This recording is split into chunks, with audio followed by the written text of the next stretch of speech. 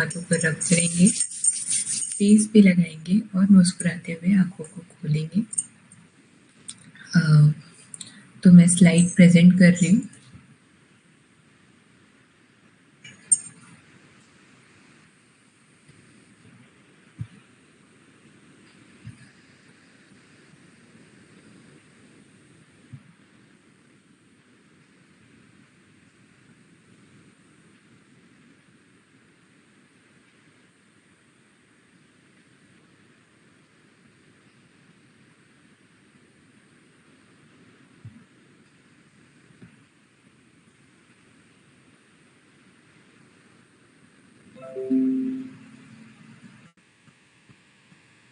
ठीक, स्टार्ट करते हैं। तो आज हम पढ़ने वाले हैं सेल डिवीजन। उससे पहले मैं हल्का सा एक बार सेल ऑर्गेनेल्स का रिवाइज करके सेल डिवीजन पे चलती हूँ। ठीक है, तो लता जी आपका भी रिवीजन हो जाएगा, पर कोशिश करेंगे कि इसको सिर्फ 5 मिनट में समअप करें, क्योंकि सेल डिवीजन अपने आप में ही लंबा टॉपिक है। जी मैम, थैंक यू मैम। ठीक है, तो जैसा आप लोगों ने पहले भी पढ़ा होगा सेल के स्ट्रक्चर और फंक्शन के बारे में, तो यहाँ पे हम लोगों ने देखा था कि study of cell is known as cytology और study of structure and function of cell is known as cell biology. ये साइटोलॉजी जो थी ये ट्रेडिशनल कॉन्सेप्ट था, इसको पुराने ज़माने में साइटोलॉजी बोलते थे और आज के टाइम पे इसको मॉडर्न सेल बायोलॉजी कहते हैं, जिसके अंदर फिजियोलॉजी ऑफ सेल पढ़ते हैं, बायोकेमिस्ट्री पढ़ते हैं और जेनेटिक्स पढ़ते हैं। सेल की डिस्कवरी रोबर्ट हुक्स ने की थी। सेल जो वर्ड है वो सेला वर्ड से आया था, जिसका मतलब होता है होलो सरफेस। ठीक है, थोड़ा स्पीड में मैं चलती हूँ ताकि हम इसे जल्दी कवर कर सके। डेफिनेशन जो है, structure and functional unit of life is known as cell. देखते जाएंगे, जैसा कि हमने पिछले क्लास में भी देखा था। सेल जो होता है ये प्लाज्मा मेम्ब्रेन से बना हुआ होता है, मतलब इसका जो आउटर कवरिंग होता है जिसको प्लाज्मा मेम्ब्रेन कहते हैं। सेल के अंदर जो लिक्विड पाया जाता है उसको साइटोप्लाज्मा कहते हैं, और उसी के अंदर, उस लिक्विड के अंदर बहुत सारे छोटे छोटे ऑर्गन्स जिसे सेल ऑर्गेनल्स कहते हैं, और उसमें जो सबसे बड़ा ऑर्गन रहता है सेल के अंदर उसको न्यूक्लियस कहते हैं। The biggest organ in the cell is known as nucleus. ठीक है, तो ये हम लोगों ने पढ़ा था। ये सेल का स्ट्रक्चर एक बार से देख लेंगे। अब मैंने सबके अलग अलग स्ट्रक्चर आज अटैच कर दिए हैं तो हमें देखने में आसानी होगी। तो सबसे पहले हमने पढ़ा था प्लाज्मा मेम्ब्रेन के बारे में। प्लाज्मा मेम्ब्रेन जो होता है एक बाइलिपिड स्ट्रक्चर होता है जो सैंडविच के टाइप में ऊपर नीचे लगा हुआ होता है। ये जो है हमारी outer most boundary of the cell है। इसके अंदर 2 लेयर होती है, एक प्रोटीन और शुगर की और दूसरी होती है लिपिड कोलेस्ट्रॉल की। ठीक है, देखिए ये आप स्ट्रक्चर देख पा रहे हैं, ऊपर और नीचे 2 लेयर होती है। जो ऊपर वाली लेयर होती है वो हाइड्रोफिलिक इन नेचर होती है, वाटर लविंग होती है। अगर सेल के पास वाटर आएगा तो वो अट्रैक्ट करेगा आउटर लेयर, पर नीचे वाली लेयर होती है टेल वाली, मतलब ये फॉर्म में है, वो होती है, मतलब उसमें कोई चार्ज नहीं होता अगर उसके पास वाटर आएगा। ठीक है, तो ये हम लोगों ने इसमें पढ़ा था, और इसी डिफरेंस से जो सेल में जो सब्सटेंस का आदान प्रदान होता है वो इसी के वजह से होता है। तो ये है प्लाज्मा मेम्ब्रेन का स्ट्रक्चर। ठीक है, जिन्होंने लास्ट क्लास अटेंड की थी उनको थोड़ा सा अच्छे समझ में आएगा। स्पीड हो रहा होगा, समझ आ रहा है? जी मैम। मैम आपकी आवाज थोड़ी रुक रही है और अटक रहा है। अच्छा, आवाज अटक रही है, वही तो। अभी ठीक है, अभी ठीक है। अभी तक फिर अटकी मैम। अच्छा, मेरी आवाज बहुत अटक रही है क्या? थोड़ा, हाँ मैम, वो थोड़ा स्लो है। तो थोड़ा सा माइक पास या थोड़ा सा तेज बोलेंगे तो ज्यादा अच्छे से। अभी ठीक है। ठीक है, अभी ठीक है ना? मतलब मैंने इतना पढ़ाया जी वो जी, सब चला गया क्या? नहीं नहीं, आया थोड़ा बहुत समझ में आया उसमें। हाँ ठीक है, एक्चुअली वाईफाई की स्पीड बहुत कम आ रही है इसलिए ये हो रहा है। ठीक है, तो फिर आगे बढ़ते हैं। जहाँ पे आवाज ना आए ना तो उसी समय रोक के बोलिएगा तो पता चलेगा। फिर मतलब मैं पूरा बोल दी और आप बोलेंगे कि आवाज नहीं आई तो वो गड़बड़ हो जाएगी, ठीक है? नहीं मैम, ये सैंडविच तक आई आवाज, आपने सैंडविच के बारे में बताया और ये बताया इट रेगुलेट्स वाला, हाँ, सेकंड पॉइंट तक आई आपकी आवाज बराबर, थर्ड हाँ, पॉइंट पे नहीं आई शायद। ठीक है। तो मैं यही कह रही थी कि ये जो 2 लेयरें होती हैं, ये अपर लेयर और लोअर लेयर होती है। जो अपर लेयर होती है, ये हाइड्रोफिलिक इन नेचर होती है, मतलब वाटर लविंग होती है, और जो टेल वाली लेयर होती है वो वाटर हेटिंग होती है, ठीक है? और ये जो फॉस्फोलिपिड की जो लेयर है वो सैंडविच लाइक स्ट्रक्चर में ऊपर नीचे अटैच्ड होती है। और यही डिफरेंस जो होता है उसके वजह से सब्सटेंस का ट्रांसफर मेम्ब्रेन से होता है। जैसे ये इसका गेट है, ये सब चीजें, ठीक है? अब हम पढ़ेंगे। मैम नहीं आ रही आवाज,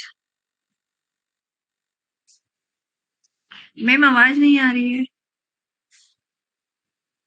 सेल मेम्ब्रेन है, ये देखिए, ये डायग्राम देखिए, ये सेल है। इसके अंदर इस न्यूक्लियस को हटा दें तो इसके अंदर जो भी चीजें हैं वो साइटोप्लाज्म है, ठीक है? तो ये सब जो है वो उसके अंदर ऑर्गेनेल्स की तरह है, ठीक है? अब सेल साइटोप्लाज्म में क्या होता है?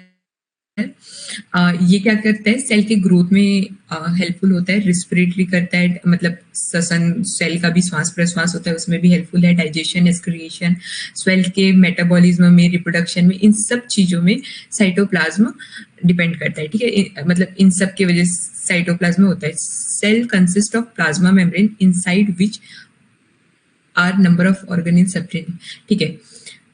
सेल जो होता है ना हमारा, जो ये वाटरी फ्लूइड होता है, इसके अंदर ही ऑर्गेनिल्स लटके हुए होते हैं, ठीक है? मतलब एक सेल है, उसके अंदर साइटोप्लाज्मा है, वो एक ऐसा लिक्विड है जिसके वजह से mitochondria, Golgi apparatus, lysosome, nucleus उसके अंदर अपने अपने स्थान पे चिपके हुए होते हैं, ठीक है? यहाँ पे ऑर्गेनिल्स के बारे में गया कि ऑर्गेनिल्स का मतलब होता है स्मॉल ऑर्गन्स जो इंडिविजुअल और हाईली स्पेशलाइज्ड फंक्शन होते हैं। मतलब वो स्मॉल ऑर्गन्स तो होते हैं पर उनके खुद के इंडिविजुअल फंक्शन होते हैं, स्पेशलाइज्ड फंक्शन होते हैं, और इसलिए वो एनक्लोज होते हैं अपने खुद के मेम्ब्रेन्स में, ठीक है? उनका नाम है nucleus, mitochondria, ribosome, endoplasmic reticulum, Golgi apparatus, lysosome, cytoskeleton, ठीक है? ये सब इसके ऑर्गेनिल्स हैं।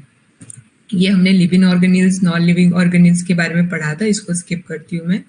अब हम पढ़ते हैं न्यूक्लियस के बारे में। न्यूक्लियस को भी अभी लास्ट में पढ़ेंगे क्योंकि हमें सेल डिवीजन में इसी को ही पढ़ना है। हम पढ़ते हैं फर्स्ट एंडोप्लाज्मिक रेटिकुलम के बारे में। एंडोप्लाज्मिक रेटिकुलम जो होता है, ये देखिए, ये एंडोप्लाज्मिक रेटिकुलम का स्ट्रक्चर है, ठीक है? तो ये एंडोप्लाज्मिक रेटिकुलम जो है न्यूक्लियस से अटैच्ड होता है।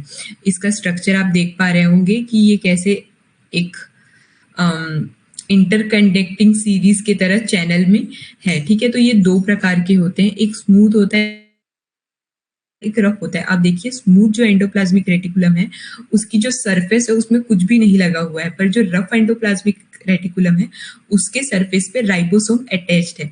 तो इसके वजह से ये 2 अलग अलग हिस्सों में डिवाइडेड होते हैं। स्मूथ एंडोप्लाज्मिक रेटिकुलम का काम क्या होता है, ये लिपिड और हार्मोन, स्टेरॉइड हार्मोन्स को सिंथेसाइज करते हैं, ठीक है? और इसका दूसरा काम क्या है, ये डिटॉक्सिफिकेशन करते हैं सम ड्रग्स का। सपोज टू से हमने कुछ बॉडी में खाया तो जो स्मूथ एंडोप्लाज्मिक रेटिकुलम के पास जाके वो डिटॉक्सिफाई हो जाएगा, मतलब क्लीन हो जाएगा, स्पेसिफिक ड्रग्स, ठीक है? Some of the lipids are used to replace and repair the plasma membrane and the membranes of organelles. इसके द्वारा जो लिपिड बनाया जाता है वो क्या करता है, रिप्लेस करता है और रिपेयर करता है प्लाज्मा मेम्ब्रेन में। अगर प्लाज्मा मेम्ब्रेन जो अभी हमने पढ़ा था उसमें कोई क्षति पहुंच गई तो उसको ठीक करने का काम क्या करेगा, लिपिड करेगा, जो स्मूथ एंडोप्लाज्मिक रेटिकुलम रिलीज करता है, ठीक है? और ये मेम्ब्रेन्स ऑफ ऑर्गेनेल्स को भी रिपेयर करने का काम करता है, जो इसके द्वारा लिपिड निकलता है। फिर हमने पढ़ा rough endoplasmic reticulum. Rough endoplasmic reticulum जो है, राइबोसोम इसके सरफेस पे अटैच्ड रहते हैं, मतलब stud with ribosome. This are site of synthesis of protein. ये जो है प्रोटीन के सिंथेसिस का काम करता है, ठीक है? some of which are exported from cell, that is enzymes and hormone that leave the cell by exocytosis to be used as cell somewhere else। मतलब ये जो प्रोटीन सिंथेसिस करता है वो जो है कौन कौन से प्रोटीन सिंथेसिस करता है, एंजाइम्स और हार्मोन्स, ये पेरेंट सेल मतलब एक सेल से निकल के दूसरे सेल में चला जाता है ताकि वो कहीं और काम आ सके। ठीक है, तो ये स्मूथ और रफ एंडोप्लाज्मिक रेटिकुलम को देखा। अब हम देखते हैं गोल्जी एपरेटस। गोल्जी एपरेटस को post office of the cell भी कहा जा सकता है। गोल्जी एपरेटस का ये स्ट्रक्चर देखिए, ये किस प्रकार से ऐसे ऐसे देखिए, गोल्जी एपरेटस और एंडोप्लाज्मिक रेटिकुलम में एक अंतर देखिए। ये जो था ये चैनल लाइफ स्ट्रक्चर था, ये एक दूसरे से बिल्कुल इंटरकनेक्टेड है, आप देख पा रहे हैं। पर गोल्जी एपरेटस में क्या है, सील्ड फेसेस, मतलब ऐसे चंद्रन मतलब जो चांद की तरह आकार में ऐसे ऐसे बहुत सारे अलग अलग चैनल है, ये एक जैसे एक से अटैच नहीं है। ठीक है, Golgi apparatus consist a stack of completely folded, मतलब ये देखिए कंप्लीटली फोल्डेड है, flattened membrane cell. It present in all cell but in larger that synthesize and export protein. ये सभी सेल्स में पाया जाता है, पर जो प्रोटीन का एक्सपोर्ट और सिंथेसिस करते हैं उसमें ज्यादा पाया जाता है। तो protein move from endoplasmic reticulum, ये देखिए ये एंडोप्लाज्मिक रेटिकुलम, जो रफ एंडोप्लाज्मिक रेटिकुलम ने प्रोटीन रिलीज किया वो जो है गोल्जी एपरेटस के पास आया। वहां पे जैसे मैंने आपको कहा कि ये पोस्ट ऑफिस है, यहाँ पे आके ये पैक्ड हो गया और फिर ये क्या बना, सेक्रेटरी ग्रेन्यूल्स बन गया। और फिर ये this vesicle are stored and when needed they move to plasma membrane. ये जब स्टोर्ड हुआ, ये स्टोर्ड होके रखा, पर जब प्लाज्मा मेम्ब्रेन को इसकी जरूरत पड़ी तब इसको हम लोगों ने भेज दिया, move to plasma membrane and fuse with and the content leave the cell by exocytosis। Exocytosis का उस दिन मैंने डायग्राम बना के बताया था कि कैसे कोई सेल अपने अंदर से ये पदार्थ को मतलब अपने इससे निकालता है। ठीक है, अब एक उस दिन थोड़ा सा कॉन्ट्राडिक्शन हो गया था कि हमने एक चीज पढ़ी नहीं थी, इसको मैंने आज यहाँ पे लिख दिया। Secretion is one task of Golgi apparatus. Golgi apparatus भी जैसे कि उसने पोस्ट ऑफिस वाला काम तो किया ही किया, पर वो जो है एक और काम करता है, कार्बोहाइड्रेट्स को सिंथेसिस करने का काम भी गोल्जी एपरेटस में होता है। And are packed along with other material for secretion of cell. हमने ये तो पढ़ा कि एंडोप्लाज्मिक रेटिकुलम से जो प्रोटीन आया उसको इसने स्टोर किया, पैक किया और फिर जब जरूरत आई भेज दिया, पर इसके साथ साथ ही ये कार्बोहाइड्रेट्स को भी सिंथेसिस करता है और जब जरूरत पड़ती है तो अदर सेल मेम्ब्रेन्स के मतलब अदर मटेरियल के साथ इसको भी भेज देता है। ठीक है, तो गोल्जी एपरेटस के दो फंक्शन पढ़े। अब हम पढ़ेंगे लाइजोसोम के बारे में। लाइजोसोम जो होता है सुसाइटल बैग होता है हमारे सेल का। लाइजोसोम का स्ट्रक्चर इस प्रकार है, ये देखिए ये लाइजोसोम है, ये 2D व्यू है और ये 3D व्यू है। तो lysosome are the one of the secretory vesicle member found by Golgi apparatus. ठीक है, ये गोल्जी एपरेटस के आसपास ही रहता है और they contain variety of enzymes involve in breaking down of fragment of organelles and large molecules. देखिए इसके अंदर ना बहुत प्रकार के एंजाइम्स होते हैं। ठीक है, ये क्या करते हैं, जैसे कि डीएनए, आरएनए, कार्बोहाइड्रेट, प्रोटीन इसके अंदर आए तो उसको वो ब्रेक डाउन कर देते हैं स्मॉलर पार्टिकल में। फिर उसको देखते हैं कि क्या ये रिसाइकल हो सकता है या फिर ये खराब है। अगर रिसाइकल हो सकता है तो उसको अपने अंदर से बाहर निकाल देंगे, और अगर पता चल गया कि नहीं अब ये जो मटेरियल हमारे पास आया है वो खराब है तो उसको वेस्ट मटेरियल के रूप में स्टोर करके रख देंगे। Lysosome in white blood cell contain enzyme that digest foreign material such as microbe. ये एक अलग पॉइंट है, लाइजोसोम जो होता है वो जो व्हाइट ब्लड सेल के अंदर लाइजोसोम पाया जाता है वो ऐसे एंजाइम्स कंटेन करता है जो फॉरेन मटेरियल जैसे माइक्रोब्स आते हैं उसको डाइजेस्ट कर सके। ठीक है, अब ये लाइजोसोम पढ़ा। सेंट्रोसोम, एक बार कोई माइक अनम्यूट करके बता देंगे कि मेरी आवाज क्लियर आ रही है कि नहीं? आ रही है मैम, अच्छे से आ रही है ना, समझ आ रहा है इतना अभी रिवाइज किया वो? जी मैम, कोशिश करिए, आ रहा है। ठीक है, centrosome this direct the organization of microtubules within cell. आप ना आज जिनकी पहली क्लास होगी इस टॉपिक की वो सिर्फ टर्म को याद करने की कोशिश करेंगे, क्योंकि अभी हम सेल डिवीजन पढ़ेंगे तो यही सब टर्म्स जो है आपके सामने आएंगी, इसलिए मैं इस टॉपिक को फिर से एक बार अच्छे से रिवाइज कर रही थी। ठीक है, सेंट्रोसोम का अभी हमारा जो सेल डिवीजन है उसमें बहुत बड़ा योगदान है रहेगा।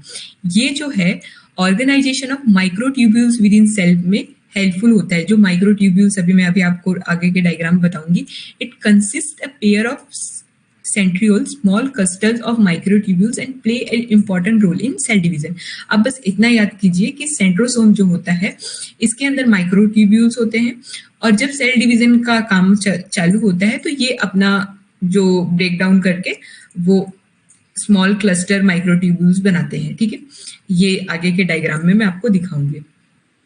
अब माइटोकॉन्ड्रिया के बारे में तो हम हमेशा से पढ़ते आ रहे हैं कि ये power house of the cell है, ये एनर्जी जनरेट करता है, तो यही चीजें इसमें हैं।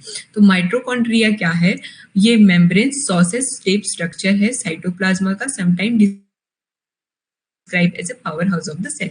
ये जो है power house of the cell है। ठीक है, फंक्शन क्या है? They involve in aerobic respiration, krebs cycle. इसके अंदर क्या होता है? The process by which chemical energy is made available in cell. Chemical energy को क्या करते हैं?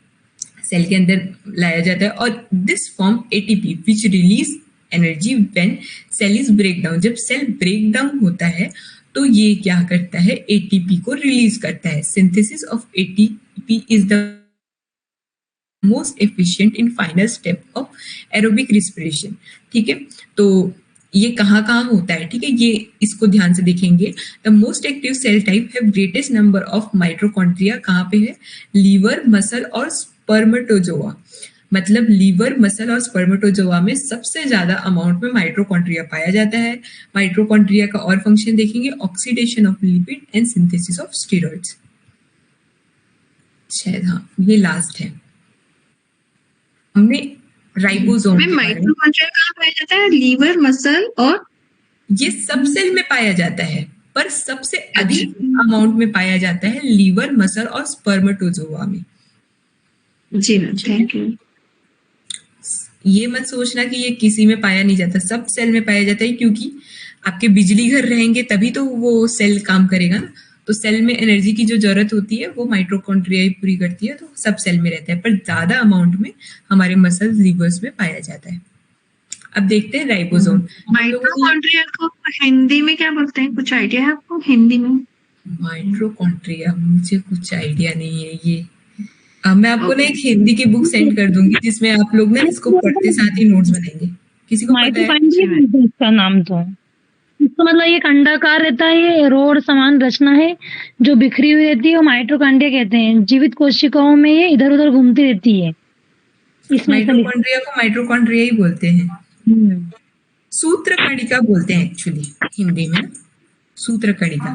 जी मैम, क्योंकि एग्जाम में फिर मतलब जैसे हम हिंदी का पेपर सॉल्व करेंगे तो माइटोकॉन्ड्रिया आएगा कि सूत्रकणिका, कुछ इस टाइप से है, तो फिर माइटोकॉन्ड्रिया देख लेंगे। इसको स्किप करते हैं। ठीक है, सूत्रकणिका लिख दीजिएगा। और फिर ribosome. Ribosome are the most important cell, क्योंकि हम लोगों ने सेंट्रोसोम पहले ही पढ़ लिया था, तो अब हम राइबोसोम में आते हैं। ठीक है, ये क्वेश्चन ना एक बार एग्जाम में आया था कि माइक्रोट्यूब्यूल्स जो है कहाँ पे पाया जाता है, मतलब कौन सा सेल का ऑर्गेनिज्म है जहाँ पे माइक्रोट्यूब्यूल्स पाया जाता है? तो सेंट्रोसोम। तो ये एक इंपॉर्टेंट पॉइंट है, इसको याद रखेंगे। ठीक है, माइक्रोट्यूब्यूल्स कहाँ पाया जाता है? अभी जो मैं सेल डिवीजन पढ़ाऊंगी वहां पे आपका ये कॉन्सेप्ट क्लियर हो जाएगा। अब हम देखेंगे राइबोसोम के बारे में। राइबोसोम के बारे में बताइए, अभी हमने कहाँ पे पढ़ा था? राइबोसोम कहाँ पे रहता है? एंडोप्लाज्मिक रेटिकुलम के ऊपर राइबोसोम रहता है। ठीक है, तो राइबोसोम जो है वो मोस्ट इंपॉर्टेंट सेल ऑर्गेनिज्म है जो कि कंपोज्ड ऑफ आरएनए। वो किससे बना होता है? आरएनए से बना होता है, और प्रोटीन से, that converts genetic code into chain of amino acid. तो देखिए ये जो लिखा है ना, ये चीज, राइबोसोम किससे बना होता है? आरएनए से प्लस प्रोटीन से, जो क्या करता है? जेनेटिक कोड को एमिनो एसिड में चेंज करता है। ठीक है, perform a biological protein synthesis. ये प्रोटीन सिंथेसिस का काम तो करता ही करता है, पर ये जो हमारे जीन्स मटेरियल जो डीएनए आरएनए है ना, उसको कन्वर्ट करने का काम करता है। तो ये आरएनए से बना होता है। तो 3 प्रकार के आरएनए हम देखेंगे, ठीक है। यहाँ पे राइबोसोम के बारे में तो बता रहा है, पर ये आरएनए पे आ गए हम लोग, ठीक है। 3 प्रकार के आरएनए होते हैं। आरएनए का फुल फॉर्म देख लेंगे, राइबोन्यूक्लिक एसिड। ये मैंने तीनों के अलग अलग डायग्राम अटैच कर दिए हैं। तो एक बार देखिए, फर्स्ट होता है मैसेंजर आरएनए। ये क्या करता है? Direct the synthesis of protein. ये मैसेंजर आरएनए का काम क्या है? ये प्रोटीन का सिंथेसिस करता है, ठीक है। First mRNA, synthesis of protein. RRNA, ribosomal RNA joins with ribosomal protein to make ribosome. ये देखिए, ये क्या करता है? राइबोसोमल प्रोटीन के साथ अटैच हो जाता है ताकि वो राइबोसोम्स बना सके, ठीक है। फर्स्ट ने क्या किया? प्रोटीन सिंथेसिस किया। दूसरे ने क्या किया? राइबोसोमल प्रोटीन के साथ अटैच कर लिया ताकि वो राइबोसोम बन सके। थर्ड में क्या होता है? Transfer RNA, tRNA binds to amino acid. ये क्या करता है? एमिनो एसिड के साथ बाइंड करता है, होल्ड करता है, it place until incorporated into protein during translation. जब ट्रांसलेशन का जब तक काम ना आ जाए तब तक एमिनो एसिड को अपने बाइंड करके रखता है, और फिर जब जरूरत पड़े तब वहां पे उसको रिलीज कर देता है, ठीक है। ये आरएनए का फंक्शन है। अब ये हम लोगों ने इसका शॉर्ट में पढ़ा था। आज मैं जब आपको वो दे दूंगी स्लाइड, आप देख लीजिएगा, ठीक है। अब आज का मेन टॉपिक पढ़ने जा रहे हैं, सेल साइकिल। एक बार मैं देख लेती हूँ क्लास की स्ट्रेंथ कितनी है। अभी 8 लोग हैं, ठीक है। तो जिन लोगों ने पिछली क्लास अटेंड की थी उन लोगों को आज की क्लास समझ आई? थोड़ा क्विक रिवीजन करने की कोशिश की थी मैंने। Riya, yes ma'am. Yes ma'am. Riya, उस दिन आपने एक क्वेश्चन पूछा था, वो क्लियर हो गया। गोल्जी एपरेटस कार्बोहाइड्रेट भी सिंथेसिस करता है, ठीक है। मैंने उसको बाद में पढ़ लिया था, ठीक। अब हम पढ़ेंगे सेल डिवीजन, ठीक।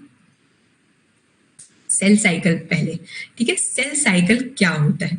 Cell cycle refers to the series of events that take place in cell resulting in duplication of DNA and division of cytoplasm and organelles to produce 2 daughter cell.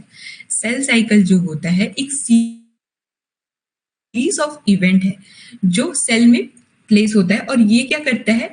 DNA को duplicate करता है। Replication एक term होता है, वही duplicate करता है और डिवाइड करता है साइटोप्लाज्म को और ऑर्गेनेल्स को टू प्रोड्यूस 2 डॉटर सेल। एक डायग्राम बना के इसको समझाते हैं, ठीक है। सेल साइकिल के अंदर क्या होता है? ये हमारा सेल है, ठीक है। तो इसमें क्या होता है? ये हमारे डीएनए को 2 हिस्सों में डिवाइड करता है, हमारे ऑर्गेनेल्स को 2 हिस्सों में डिवाइड करता है, और फिर उसके बाद हम इसे ब्रेक डाउन करते हैं और ये 2 अलग अलग डॉटर सेल बन जाते हैं, ठीक है। तो ये एक लॉन्ग प्रोसेस है, पर मैंने आपको एक छोटे से एग्जाम मतलब डायग्राम के थ्रू में समझाने की कोशिश की कि ऐसा एक प्रोसेस होता है। Cell division is a process by which a parent cell, अब पेरेंट सेल कौन हो गए? ये पेरेंट सेल है, ठीक है। व्हेन मदर सेल डिवाइड, ये मदर सेल भी है, इनटू 2 और मोर डॉटर सेल, मतलब ये मदर सेल 2 और मोर डॉटर सेल में डिवाइड हो गया, ठीक है। Cell division usually occurs as a part of larger cell division, larger cell cycle. अच्छा, आप मुझे बताइए कि सेल साइकिल की जरूरत क्यों पड़ती होगी? किसी ने सेल साइकिल पहले पढ़ा है? Yes ma'am. बताइए। मैम, एक तो जब मैम ओवा और स्पर्म मिलता है तब न्यू एम्ब्रियो जब फॉर्म होता है तो उस टाइम पे जो मदर की सेल्स में क्रोमोसोम है उनकी संख्या आधी हो जाएगी, और जो फादर से जो सेल आया उससे भी आधी हो जाएंगी, ताकि वो दोनों मिलके पूरे क्रोमोसोम बना सके। ठीक है। और कोई बता सकता है सेल साइकिल की जरूरत क्यों पड़ती है? और मैम दूसरा कि नॉर्मली बॉडी में सेल ग्रोथ के लिए एक सेल से जब 2 सेल बनेगी तभी ग्रोथ हो पाएगी। ठीक है। सपोज टू से मेरा एक हाथ यहाँ पे कट आ गया, ठीक है। तो आपने देखा होगा जब कट आता है तो फिर से वहां पे अपने आप हम अगर उसको कुछ ना करें फिर भी वो जगह जो है भर जाती है। तो वो जो प्रोसेस है ना, वो भी सेल साइकिल का ही होता है, ठीक है। हमारे सेल्स रेप्लिकेट करते हैं और फिर वहीं पे एक नई स्किन का फॉर्म कर देते हैं। ठीक है, आपने जो बताया वो बहुत अच्छे से बताया। अब हम चलते हैं सेल साइकिल में फिर से।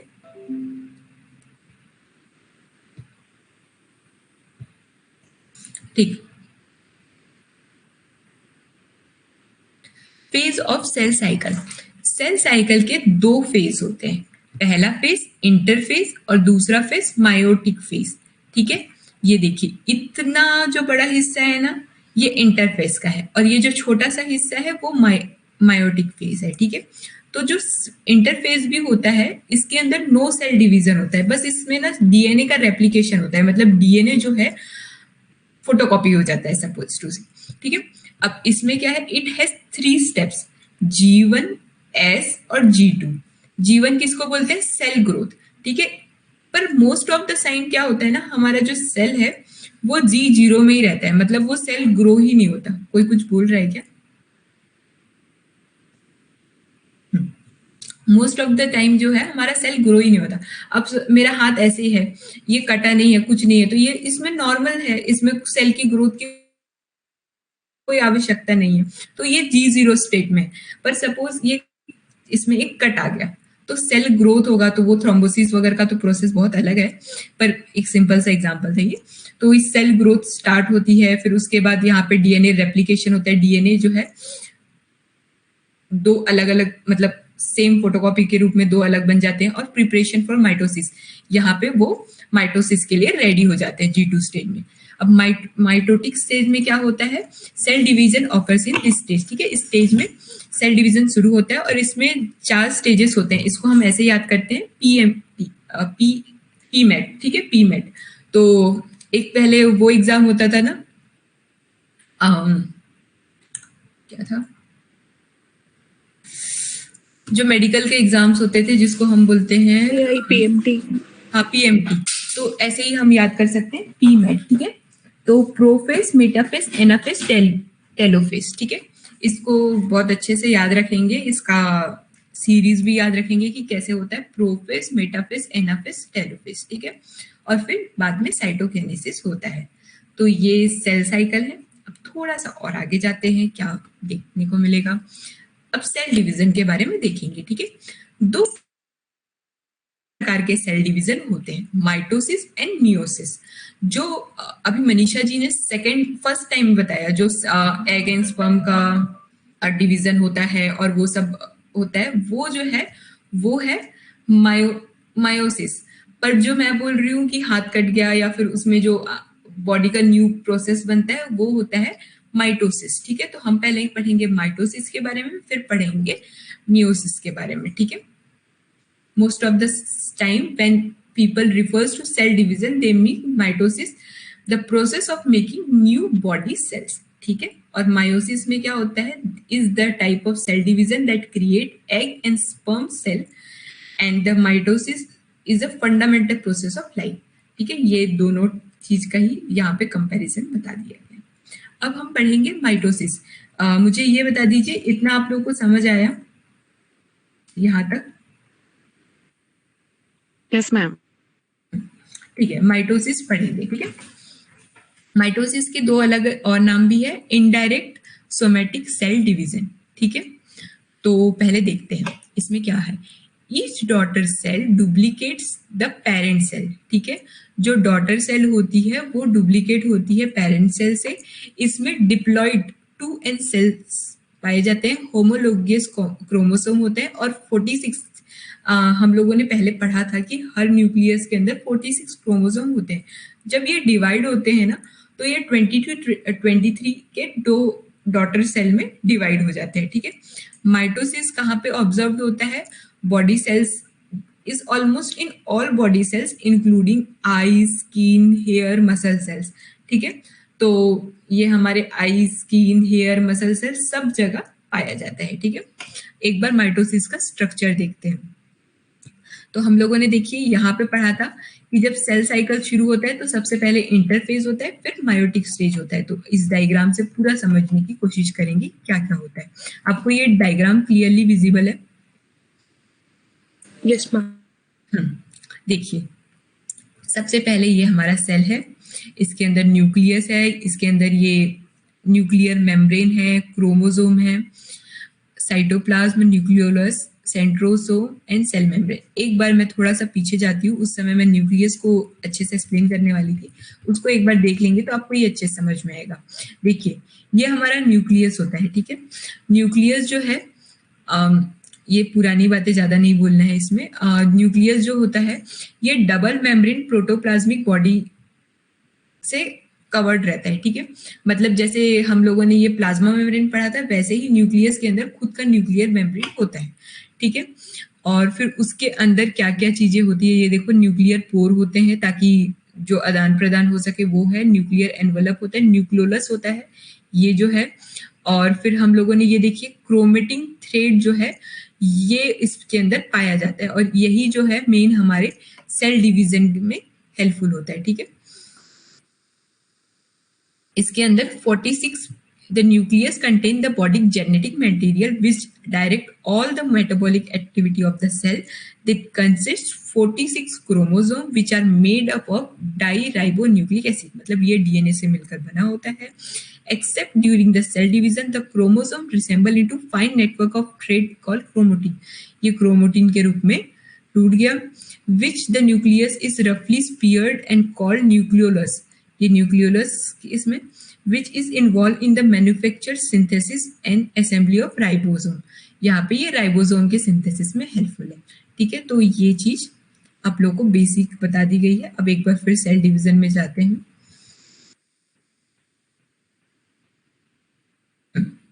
हम लोगों ने वो न्यूक्लियस देख लिया था। ये देखिए इंटरफेस जो मेन सेल नॉर्मल फेज में है, इसमें क्या हुआ, न्यूक्लियर मेम्ब्रेन है, क्रोमोसोम है, साइटोप्लाज्म है, न्यूक्लियोलस है, सेंट्रोसोम है, सेल मेम्ब्रेन है। अब यहाँ पे हम लोगों ने पढ़ा था कि जो डीएनए का मतलब रेप्लिकेशन स्टार्ट हो जाता है, ठीक है। तो यहाँ पे डीएनए जो है रेप्लिकेट हो गए हैं दो फॉर्म में, ठीक है। 46 डीएनए जो थे वो 92 डीएनए बन चुके हैं, ठीक है। अब क्या हुआ प्रोफेस में, ये जो है सिस्टर क्रोमेटिन्स जो भी एक्स है वो एक साइड हो गए, वाई एक साइड हो गए। जो ये देखिए ब्लू और ग्रीन में दिख रहे हैं ना आपको, ये दोनों अलग अलग हो चुके हैं, ठीक है। इसके जो ये हम लोगों ने सेंट्रोसोम्स भी पढ़ा था, वो भी यहाँ पे डिवाइड हो चुके हैं और एक थ्रेड लाइक स्ट्रक्चर फॉर्म कर चुके हैं, ठीक है। अब देखिए ये जो सिस्टर क्रोमेटिन है ये मेटाफेज में आके सभी बीच में आके रुक जाते हैं और ये जो स्पिंडल फाइबर है सबको अट्रैक्ट कर लेता है, मतलब अटैच कर लेता है ऊपर से नीचे की ओर। अब देखिए एनाफेज में क्या होता है, ये हमारा क्रोमेटिड्स है, ठीक है, एक्स फॉर्म में। ये बीच में ऐसे ही 46 क्रोमोसोम्स जो हैं वो बीच में ऐसे लगे हुए हैं। अब एनाफेज में क्या होगा, वो डॉटर सेल अलग अलग डिवाइड हो जाएगा। यहाँ पे ये दोनों ऊपर नीचे डिवाइड हो गया, ठीक है। अब टेलोफेज में क्या होगा, ये दोनों जो है अब अलग सेल बनने के लिए तैयार है और साइटोकाइनेसिस में दो अलग अलग आइडेंटिकल सेल बन चुके हैं, ठीक है। तो ये सिंपल प्रोसेस होता है माइटोसिस का, जिसमें सेल डिवाइड होता है। इसको मैं आपको एक यूट्यूब वीडियो के रूप में बताऊंगी, अभी इसका सिर्फ थ्योरी देख लेते हैं, फिर जब आप इसको 3D फॉर्म में देखेंगे ना आपको ये बहुत अच्छे से समझ में आ जाएगा। अभी जितना मैंने समझाया वो समझ आया? Yes ma'am. मैम एक बार दोबारा से इसे शॉर्ट में बता देना स्टार्टिंग से। ठीक है, देखिए इसके अंदर क्या होता है, दो डिप्लॉइड सेल होते हैं, ठीक है। तो ये जो है फर्स्ट इंटरफेस में क्या हुआ, यहाँ पे डीएनए हमारे रेप्लिकेट हो गए, ठीक है। तो हमारे पास 46 डीएनए थे, वो डबल होके 92 हो गए, ठीक है, यहाँ इंटरफेस में। प्रोफेस में क्या हुआ, वो जो है एक दूसरे से अटैच हो गए, डीएनए 92 से फिर 46 बन गए, वो जो सिस्टर सेल हैं वो एक दूसरे से जुड़ गए, ठीक है। फिर उसके बाद मेटाफेज में क्या हुआ, वो सब बीच में आके एक लाइन में रुक गए और जो हमारा सेंट्रोसोम है वो ऊपर और नीचे आ गए और वो अपने स्पिंडल फाइबर स्प्रेड करके सब पे अटैच हो गए। देखो ये बीच में अलाइंड है और ऊपर नीचे ऐसे सबको अटैच कर लिया, ठीक है। एनाफेज में क्या हुआ, ये जो एक्स टाइप का स्ट्रक्चर है वो अलग हो गए, अब आधे इधर चले गए आधे इधर चले गए, ठीक है। और टेलोफेज में क्या हुआ, अब ये सबका बंटवारा हो गया, अब वो लोग अलग अलग बनने के लिए यहाँ पे जितने भी ऑर्गेनिल्स हैं वो भी अलग अलग हो गए और फिर दो अलग सेल बनने के लिए रेडी हो गए। तो एक मदर सेल से डॉटर सेल दो में फॉर्म हो गए। मैम अभी क्या पढ़ाया आपने, वो थोड़ा सा मैं पता नहीं अचानक बाहर चली गई थी इसमें क्लास से ही। ठीक है, मतलब मैंने पूरी राम कहानी 2 बार बता दी। नहीं यहाँ तक हो गया था मेरा ये मीटोसिस है ना एक, ये हो गया था, मतलब इसके बाद पता नहीं क्या करवाया। ठीक है मैम, हाँ, इससे क्या सिर्फ डॉटर सेल ही बनते हैं? अब ये डॉटर सेल फिर इंडिविजुअल सेल बन जाएंगे, फिर उसके बाद वो खुद अपने आप सेल डिवीजन करेंगे। हाँ, डॉटर सेल बनते हैं। जी मैम। डॉटर सेल इसलिए डॉटर सेल कहा जा रहा है ताकि आपको पता चले कि ये मदर सेल है, ये डॉटर सेल है, मतलब ये डिवाइड हो गया करके। वो हम लोगों ने नाम रखा है, ऐसा कुछ नहीं है कि डॉटर सेल ही बनता है। ऐसा तो नहीं पर कि इसमें डॉटर सेल है तो सिर्फ लड़की होगी, ऐसा है क्या? नहीं नहीं नहीं नहीं नहीं नहीं, ये आपके उससे बिल्कुल भी अलग है। ये जो है अभी जो सेकंड पढ़ेंगे ना वो है ये वाला, ठीक है, डॉटर बॉय वो कैसे बनेगा वो सब, ठीक। तो ये डिप्लॉइड सेल, एक चीज याद रखेंगे इसमें ये टर्म कि माइटोसिस में डिप्लॉइड सेल्स होते हैं, इसके अंदर होमोलोगस क्रोमोसोम्स होते हैं, मतलब ये जो है 46 है तो दोनों 23 में डिवाइड होंगे, ठीक है। एक चीज और बताती हूँ, इसका ना एक सरल एग्जाम्पल आपको मैं बताती हूँ ताकि आप लोग को अच्छे समझ में। 2 भाई हैं, राम और श्याम, ठीक है। अब एक मम्मी के पास 46 मैंगो है। अब 46 मैंगो में भी ऐसे मैंगोज हैं जो कुछ पके हुए हैं और कुछ एकदम हरे हरे। राम ने बोला कि मम्मी मुझे एकदम से हरे वाले मतलब कच्चे मैंगो चाहिए, और श्याम बोल रहा है कि मुझे पके वाले चाहिए, ठीक है। तो जो यहाँ पे हमारा ग्रीन और ब्लू है ना, वो दो फर्स्ट इंटरफेस में क्या हुआ, हमारे पास आम है, ठीक है, उसको एक टोकरी में रख दिया। प्रोफेस में क्या हुआ, अब मम्मी क्या कर रही है, डिवाइड कर रही है, ग्रीन ग्रीन को अलग रख रही है और येलो येलो को अलग रख रही है, ठीक है, ये एक ही इसमें है। फिर उसके बाद क्या किया मेटाफेज में, अब देखिए हम तो ऐसे भी रहते हैं, कुछ कच्चे और पके भी रहते हैं, मतलब मीडियम इसमें, तो उसमें मेटाफेज में ना सबको एक लाइन में रख दिया और क्रोमोसोम जो है यहाँ पे मतलब ये थोड़ा सा तो अलग है ही, उसको बीच में रख दिया। फिर एनाफेज में क्या हुआ, उसको अलग अलग डिवाइड करके उसी में ही टोकरी में अलग अलग डिवाइड करके रख दिया। टेलोफेज में कंप्लीटली उसको अलग टोकरी में रख दिया और साइटोकाइनेसिस में ये अलग सेल का निर्माण हो गया, ठीक है। आज ना इसी को ही पढ़ लेते हैं। मैं आपको एक वीडियो दिखा देती हूँ क्योंकि अभी पूजा मैम की क्लास का भी टाइम हो रहा है, तो एक सेकेंड ना। भानु रिकॉर्डिंग ऑफ कर देना ताकि मैं वीडियो शो कर सकूं।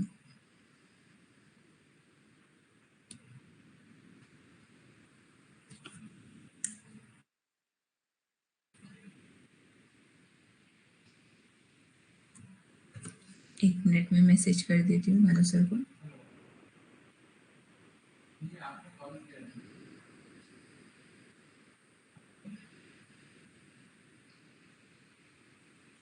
ठीक है, एक बार देखते हैं वीडियो जो मैं आपको शो करना चाह रही हूँ।